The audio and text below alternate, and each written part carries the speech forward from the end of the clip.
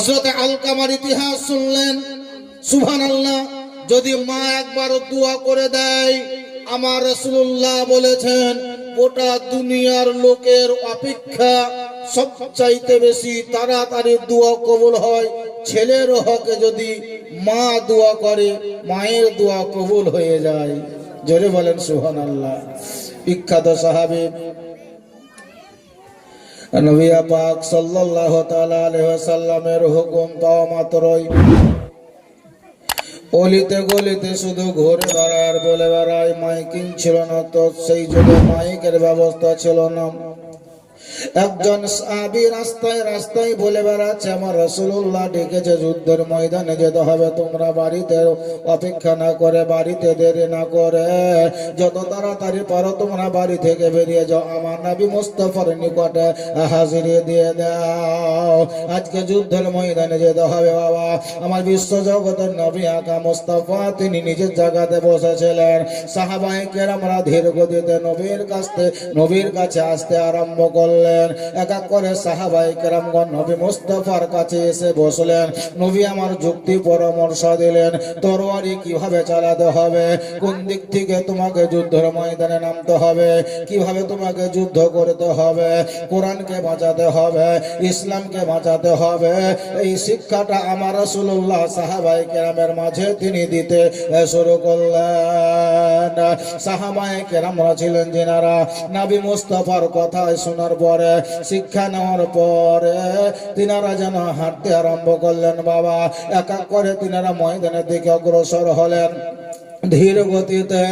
সাহাবায়ে কেরামরা নিজের নিজের সওয়ারির উপরে উঠে তরবারি হস্ত ধারণ করে ওই যুদ্ধের ময়দানের দিকে রওনা হলেন।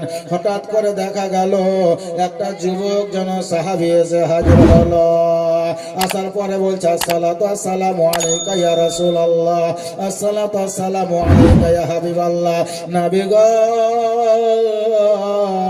ইয়া রাসূলুল্লাহ, আমি আপনার নিকটে উপস্থিত হয়ে গেছি। আমার নবী পাক সাল্লাল্লাহু তাআলা আলাইহি ওয়াসাল্লাম সাহাবায়ে কেরামের মধ্য থেকে ওনাকে জিজ্ঞাসা করলেন, তুমি কেন এসেছো বলো, আসার কারণটা বলো।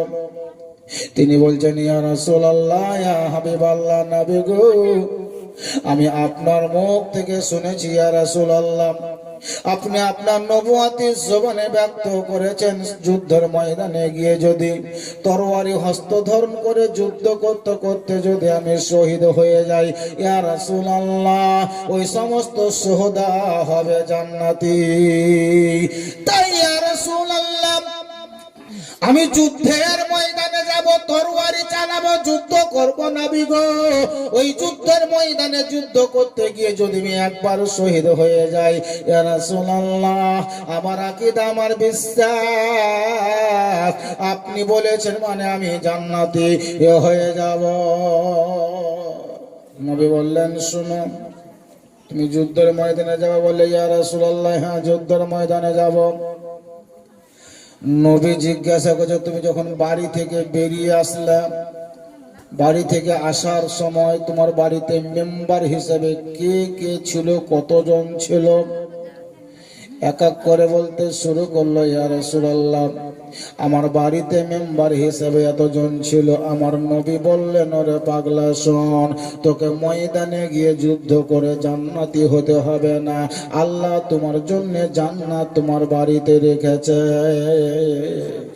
যুদ্ধের ময়দানে গিয়ে জান্নাতি হতে হবে না, বাড়ি চলে যাও, বাড়ির ভিতরে দেখো তোমার জন্য তোমার জান্নাত অপেক্ষা করে, যাও তুমি জান্নাত খোঁজ করে নাও। এ মুসলমান, আমার বিশ্ব জগতের নবী আকা মুস্তাফা তিনি বললেন, জান্নাত তোমার বাড়ির ভিতরে আছে, যাও তুমি জান্নাত খোঁজ করে নাও। এই সাহাবী যুদ্ধের ময়দানে না গিয়ে আমার নবী মুস্তাফার কথার উপরে বিশ্বাস রেখে আবার তিনি বাড়ির দিকে এসে রওনা হলেন। বাড়িতে এসে প্রবেশ করলেন। বেরাদার আর আমার নবী বলেছেন জান্নাত তোমার বাড়িতে যেন অপেক্ষা করছে। ওই সাহাবী তিনি বাড়িতে ঢোকার পরে বাড়িতে জান্নাত খোঁজ করতে লাগলো। জান্নাতটা নবী তো বলেছেন বাড়িতে আছে, কোথায় আমার জান্নাত আছে আমি দেখব, কোন জায়গাতে আমার জন্য জান্নাত অপেক্ষা করছে আমি এটা ভালোভাবে দেখার জন্য সেই সাহাবী গোটা বাড়িটাকে চিরুনি তাল্লাশি করে খোঁজ করলো। ভিতরে দেখলো জান্নাত পাওয়া গেল না, আনটা কানটাই খোঁজ করা হলো, কোথাও যেন জান্নাত দেখতে পাই না। উপরে নিচে সব জায়গা সার্ভে করা হলো, কোথাও জান্নাত দেখতে পাইনি। জান্নাত কোথায় আছে খোঁজ করে পাইনি। সুবহানাল্লাহ। এখানে সেখানে সব জায়গা খোঁজ করা হলো, সব জায়গা দেখা হলো, আহিরে বাইরে ঘোরাঘুরি করা হলো, কিন্তু জান্নাত কোথাও পাওয়া গেল না।